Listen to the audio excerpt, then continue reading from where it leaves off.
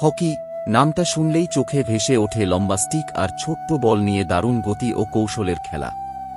এটা শুধু একটি খেলা নয়, অনেক দেশের জাতীয় গর্বের অংশ, যেমন ভারতের ক্ষেত্রে এটি জাতীয় খেলা হিসেবে পরিচিত। হকির ইতিহাস বহু প্রাচীন। খ্রিস্টপূর্ব 2000 বছর আগে মিশর ও পারস্যে হকি জাতীয় খেলার প্রমাণ পাওয়া গেছে। তবে আধুনিক হকির জন্ম ব্রিটেনে 1861 সালে লন্ডনে প্রথম হকি ক্লাব গঠিত হয়। এরপর 1908 সালে হকি প্রথমবার অলিম্পিকে অন্তর্ভুক্ত হয়। ভারত প্রথম অলিম্পিকে হকি খেলে 1928 সালে, এবং সেবার থেকেই শুরু হয় ভারতের হকির সোনালী যুগ। যারা এখনও আমাদের চ্যানেল সাবস্ক্রাইব করেননি, তাদের অনুরোধ করব, এখনই সাবস্ক্রাইব করুন এবং জিতে নিন দারুণ সব আকর্ষণীয় পুরস্কার। খুব শীঘ্রই আমাদের বিশেষ ক্যাম্পেইন শুরু হতে যাচ্ছে। আপডেট পেতে পাশে থাকুন।